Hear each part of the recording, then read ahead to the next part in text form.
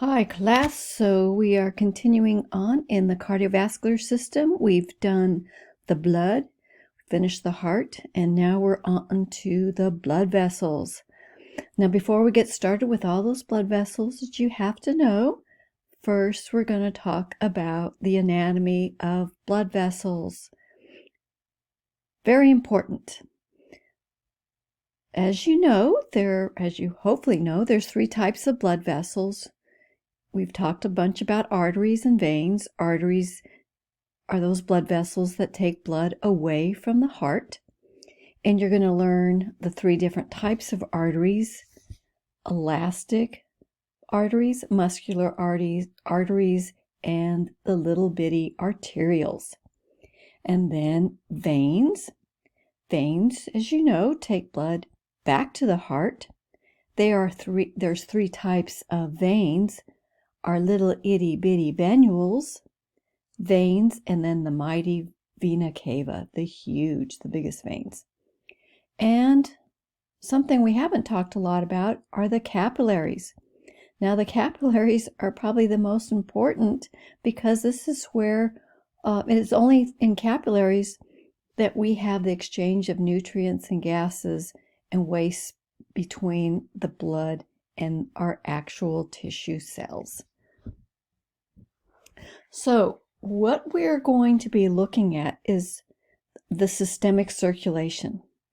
And this is the direction of blood flow in this systemic circulation.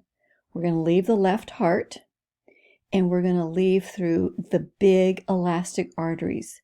This is the aorta and its major branches.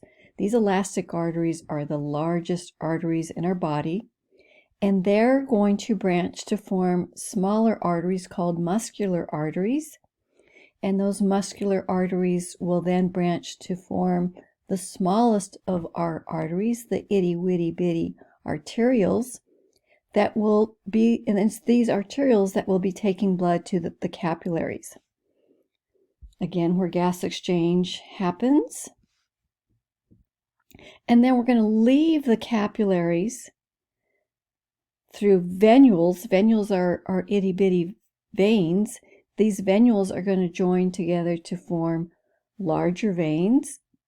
And then all the veins in your body are going to form and join either the inferior vena cava below the diaphragm or the superior vena cava above the diaphragm, and take all that deoxygenated blood back to the right side of the heart. So we're going to look at each type of these different types of blood vessels. Now, histology, what they look like. We're going to be looking at them under the microscope. Now, all blood vessels, when we're talking about arteries and veins, have three layers. And in anatomy, we call these layers tunics. So from the innermost, the lumen side, the side that's facing the lumen, to the outermost, these tunics are going to be called one. The first tunic that lines the blood vessels is called the tunica intima. Some places call it the tunica interna. So tunica intima, aka tunica interna. Tunica media is the middle layer, and tunica external, the outer layer. So not too bad, right? So even though arteries and veins have all these three tunics, they are built totally different. Why? Because form determines function. They have different functions. So if we look at these tunics, say this is a regular old blood vessel. It's not an artery, not a vein. It's just a regular old blood vessel. And this, we're looking at a cross-section of our blood vessel. Here's the lumen. This is the space where the blood is flowing. Remember, what is lining all blood vessels? The endothelium, right? Endothelium is simple squamous. It's a simple squamous that prevents friction. It gives our blood a frictionless environment to flow through. So we have this inner layer, the tunica intima, which is basically our endothelium with the basement membrane, because it has to have a basement membrane for those simple squamous to sit on, and a little bit of connective tissue, a thin layer of areolar connective tissue. That is our tunica intima. That is going to be found in all arteries and veins. And then our next layer is the tunica media. Now, tunica media, this pink area here, this is smooth muscle, and it has varying amounts of elastic tissue. So smooth muscle is controlled by your autonomic nervous system. And then the outermost layer, the tunica externa, this is going to be fibrous connective tissue. So when you think of fibrous connective tissue, you're thinking of protein fibers. And the strongest protein fiber is going to be collagen. Collagen and some elastic protein fibers are going to make up this tunica externa. So not too bad. All three: tunica intima, tunica media, tunica externa. Now, when you are looking at an artery versus a vein, they are built differently, and we'll go through why. But arteries have huge tunica medias, so a large amount of smooth muscle, and that is an artery's biggest tunic is going to be this huge tunica media. It gives the artery form. It has a nice shape. It's going to be round or oval. Whereas in a vein, the tunica media is much smaller. And since we don't have much smooth muscle here, it's going to look floppy and loose. So it will not have a nice round or oval appearance. It will just look floppy. Whereas with a capillary, we'll talk about this, it's just an endothelium with its basement membrane. That's it for capillary. So if you're looking at a slide under the microscope and you see this is a blood vessel, and next to it is also this blood vessel, you are looking, what does the lumen look like? Is it nice and round or oval, or is it just a floppy looking thing? This is an artery. This is a vein. Over here, this is an artery, nice and oval.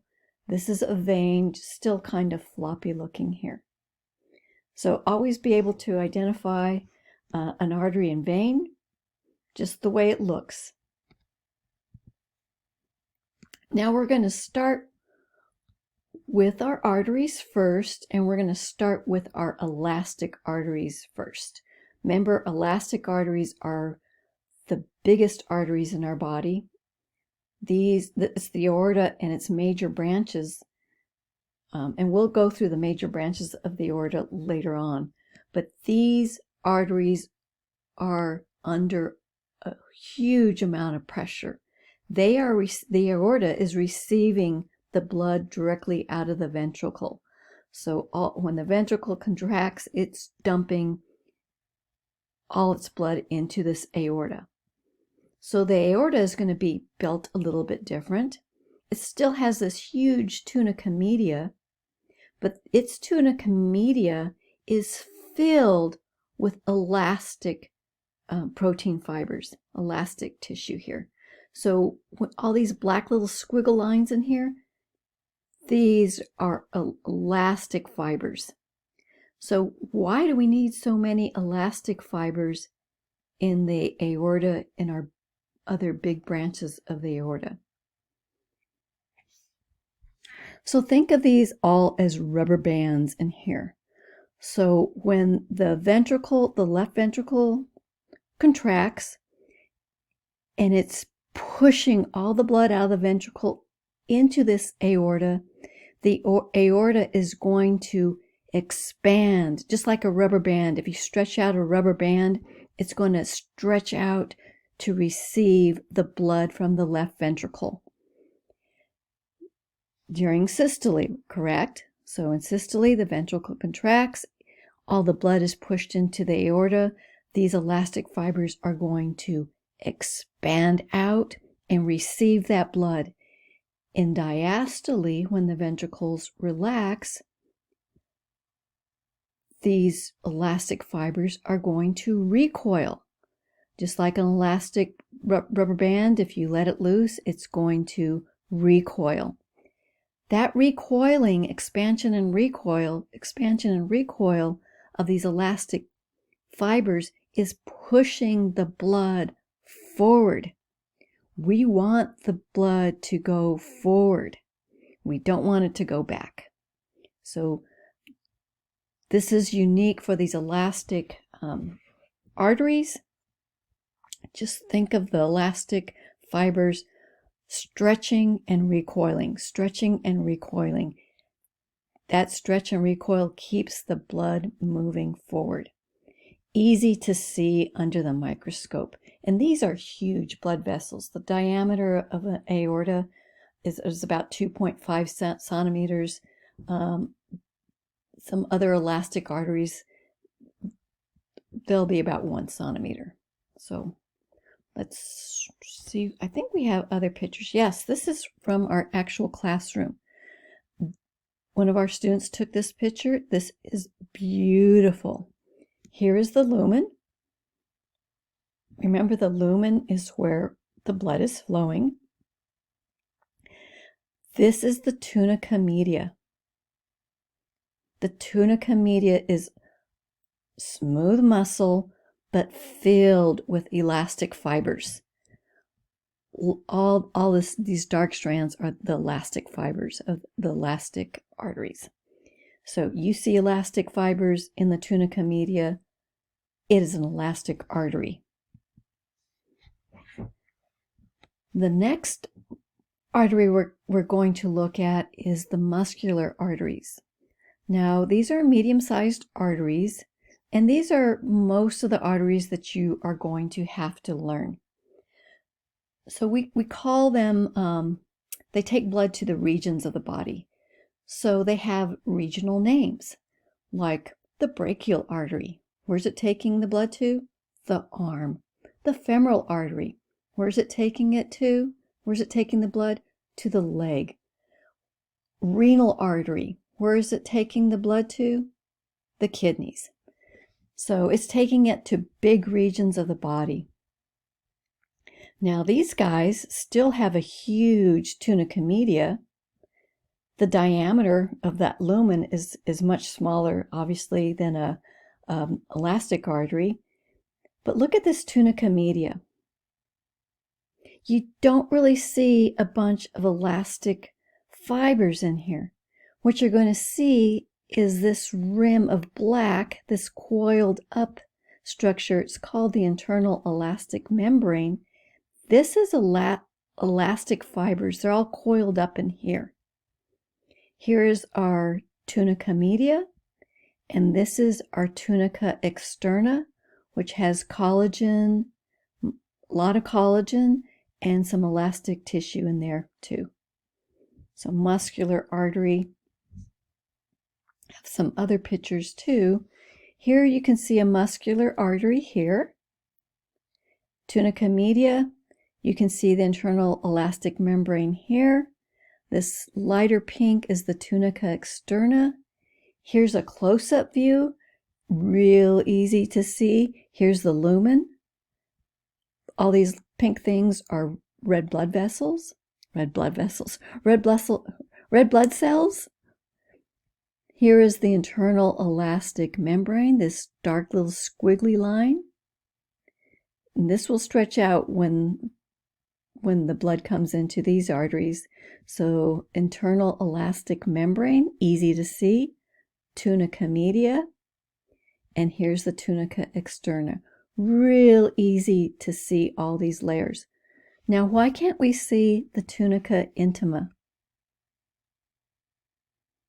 because the tunica intima is endothelium, which is simple squamous, so one layer thick, with its basement membrane and just a very, very thin layer of areolar connective tissue. So won't be able to see the tunica intima. Now veins. Veins are built a little bit different. We already said their tunica media is much thinner, so their lumen is kind of floppy looking. So here on this slide here, we see a muscular artery, easy to see. Here's all the red blood cells in the lumen. Here is our floppy vein. And over here we see a close-up of the vein. Here is the tunica media, the dark purple. Here is our tunica externa, this lighter pink area here. Almost always in a vein, the tunica media is going to be less thick than the tunica externa. In veins, almost all the time, the tunica externa is the biggest tunic. Tunica media, real thin.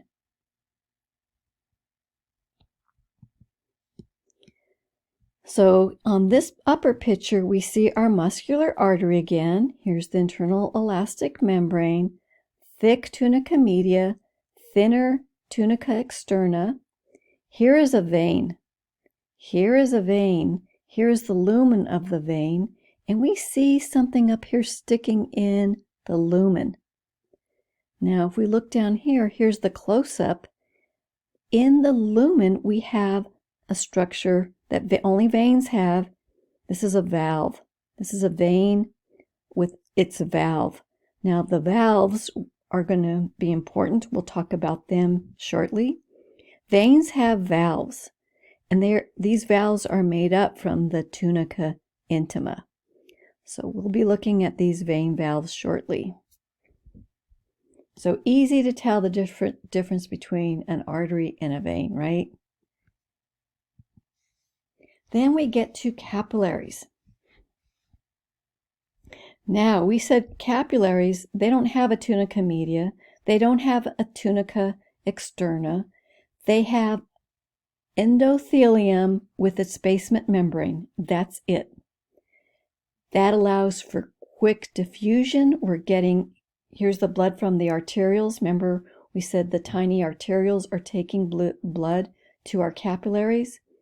So the arterioles are taking blood to the capillaries. The capillary diameter is so tiny, it's only allowing our red blood cells to go through that capillary in single file. So the red blood cells are delivering oxygen to all our body cells. The blood plasma is delivering nutrients to our body cells. Everything is diffusing through this simple squamous layer. And at the distal end, here's the proximal end of our capillary. Here's the distal end of our capillary. We've dumped off all our oxygen, and now we're going to pick up CO2 and waste products from our body cells, and we're going to put that into the blood, and then the capillaries are going to join to form the venules. Oops, I spelled V-E-N-U-L-E-S. That's spelled wrong. The venules are going to take it to our veins and then back to the heart. So this is just showing you arteries are going to take blood to arterioles. Here's the arteriole. Arterioles are taking it to the capillaries. We're having gas exchange, getting rid of our oxygen and our nutrients, and then we're picking up CO2 and waste products, and then we're going to go into our venules, and the venules are going to join together to form our veins. And this diagram is showing you the tunica intima. Here it is with a little valve. Here's the tunica media and the tunica externa on our vein. Here's our artery with the tunica intima. It's tunica media, the bigger smooth muscle layer, and the tunica externa. So make sure you understand the three tunics of an artery versus a vein, and how capillaries are basically just endothelium, simple squamous with its basement membrane. Oops. Whoop. Let's go to the next slide. So we know that in arteries are high pressure. When your ventricle is contracting, get rid of that. When your ventricle is contracting, if you take your pulse, if you put your fingers, on your neck, you can feel your pulse, right? You can feel your heart beating. That is the pressure generated by the ventricles. That is a huge pressure. And that pressure is pushing the blood forward in those arteries. So in our elastic artery, starting with the aorta, we have a huge pressure. Here we're measuring member systole. Systolic pressure is when the ventricles contract. The diastolic pressure is when the ventricles are relaxed in diastole. But this pressure is felt throughout our arteries. As the arteries get smaller and smaller, the pressure goes down. But that pressure gradient is pushing the blood forward. Then we get to capillaries, and our pressure is dropping off dramatically. Once we get into the veins, there's basically no pressure. So how do we get blood moving back up to the heart? How do we get it going back to the heart when there's no pressure pushing it forward? We can understand why the pressure in arteries, that high pressure, is pushing the blood forward, but we don't have any pressure down here in our veins. So how are we going to get our blood back to our heart? So this is showing you a vein in your lower extremity. Remember, these veins have to carry blood against gravity going back up to the heart. So one of the major ways we keep that blood going forward in veins is these veins are embedded within skeletal muscle.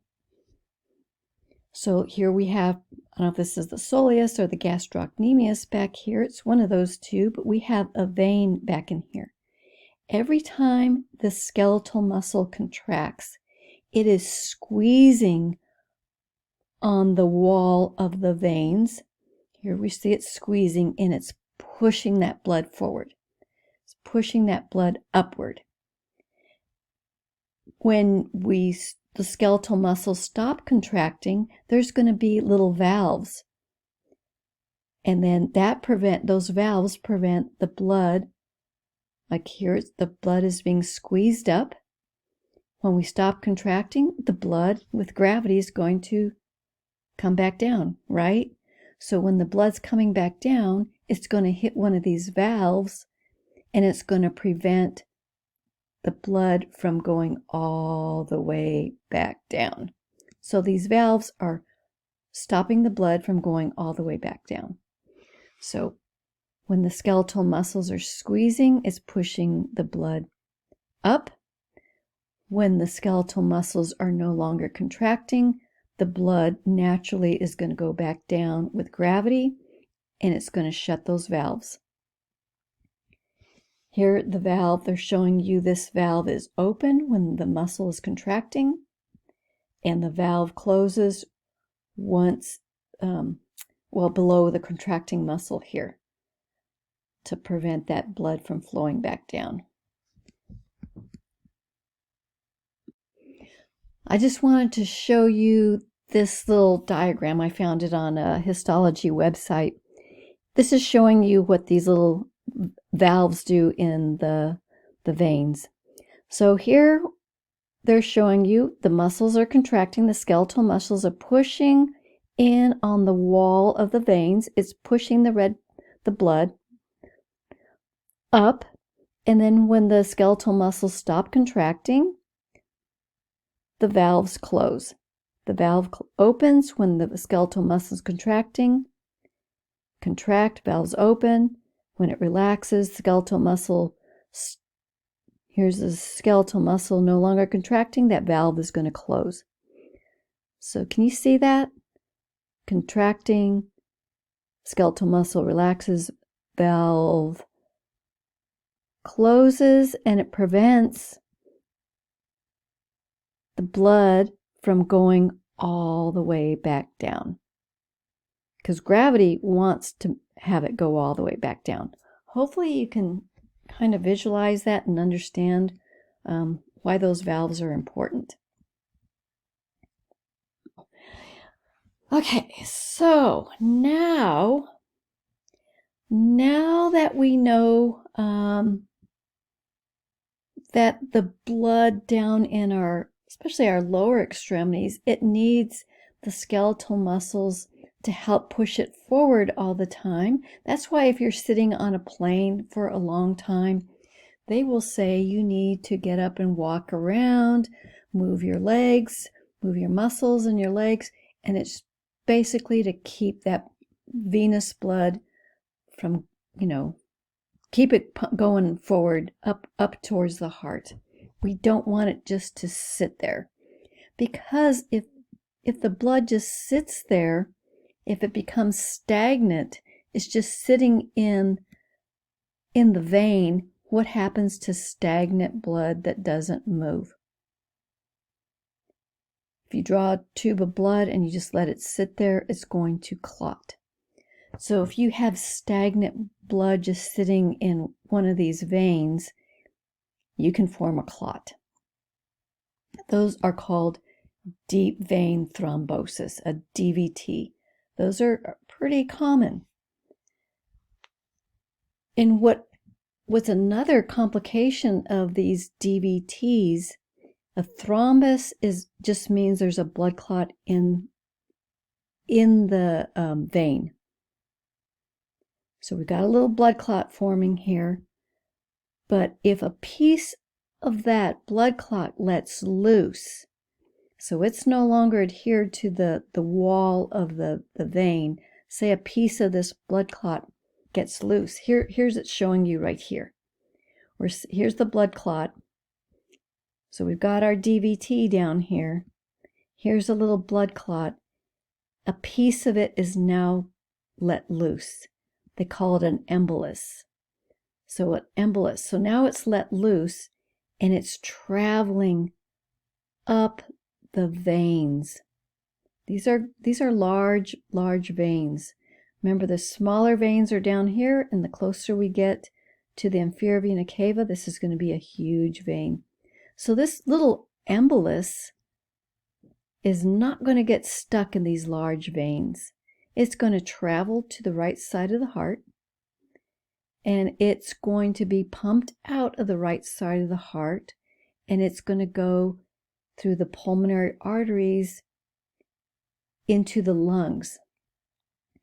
Now, then we're going to get our tiny blood vessels here in the lungs, and you can get a clot that blocks the blood flow to some part of the lungs. That is called a pulmonary embolism. So it travels to the lungs, it cuts off blood flow to the lungs. That is bad. That's a medical emergency, and it can cause death. I wanted to just talk about this DVTs a little bit more too. If you are post-surgery, they're usually going to have you on a machine in the hospital, and some of you may have seen this. If you have a patient laying in the hospital, they're going to put this little machine around their lower extremities, and it's going to pump up. It's like a blood pressure cuff. It's pumping up, pushing against the legs, and then it's opening up. It's relaxing and pumping. It is basically pumping these veins to keep that blood flowing back to the heart. You do not want patients that are just laying in their hospital beds to get clots forming in their lower extremities. So if you ever go visit anybody that's had surgery, see if you see that machine on their lower legs. Chances are you will see it. So I think that's about it for veins. And the other problem with, now we got these valves. These valves, they have, they're not that strong. They're just not that strong. So this is a normal vein with a normal valve. The blood flow, when it's coming back down, the valves close and it's holding that blood. But when the valves become weak and they start letting blood flow back down, you're going to get varicose veins. And I'm sure you've all seen varicose veins in some degree or another. They're not pretty to look at. These are all because of these faulty valves in the veins down here. It's a lot of gravity pushing against these veins. Now there's something they call vein stripping. These varicose veins could become huge and they're very uncomfortable. And most of these varicose veins are going to be superficial veins, meaning they're not deep within the leg, that are usually deep within the leg. They're surrounded by skeletal muscle. So the skeletal muscle is help pumping them up. But these superficial veins, not much skeletal muscle helping push their blood up. So these varicose veins, they can do what they call vein stripping. They're actually going to go up by the groin and they're going to tie off this part of the vein and they're going to pull it out and they're going to tie it off down somewhere by the knee to get rid of this huge varicose vein. And the other thing that you may not think of that are varicose veins are hemorrhoids. Those are rectal veins and they've been put against a lot of pressure and you're having some blood, stagnant blood, and usually the blood in those will clot. So those are hemorrhoids. It's just varicose veins in the rectal tissue. Now, the last thing I want to talk to you on why it's important to understand the blood walls of blood vessels is aneurysms.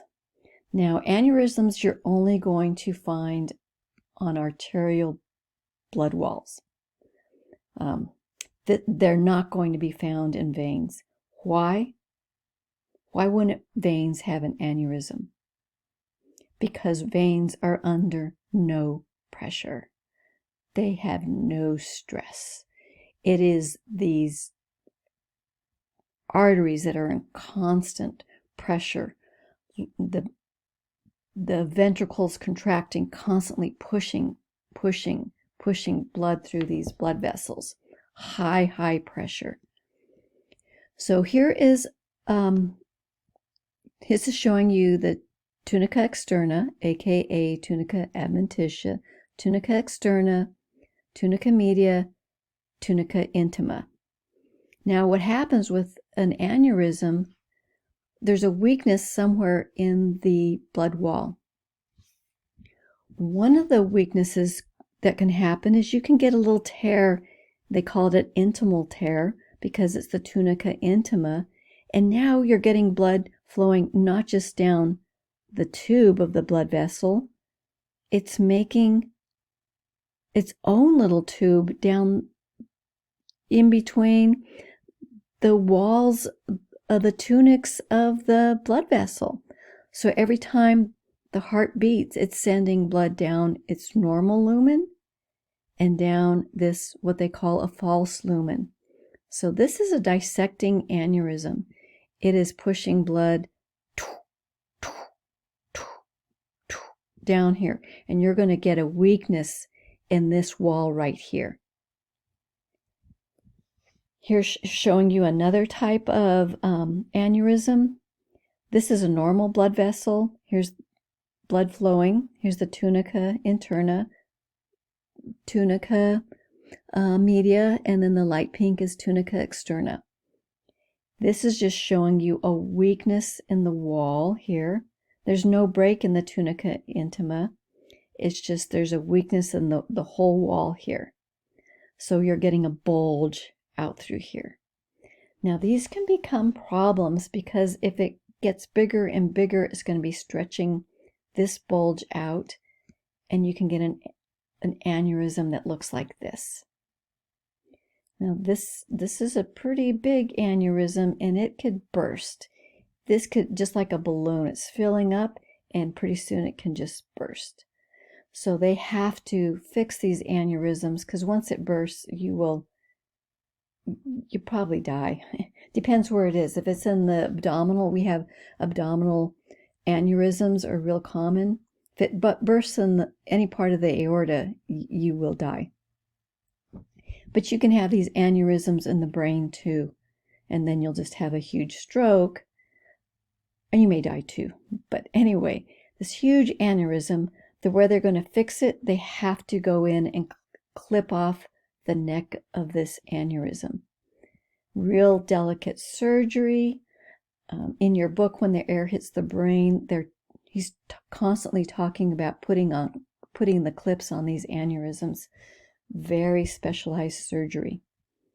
So I wanted to make you understand, or try to have you understand, how these tunics are so important for any pathology that you're going to see in our blood vessels. So I think that's it. Yep, that's it. So email me if you have any questions. Look at these slides, the histology slides. Those will be on a lab practical or a quiz. So I think that's it for the histology of blood vessels, and now it's on to all the blood vessels you need to know.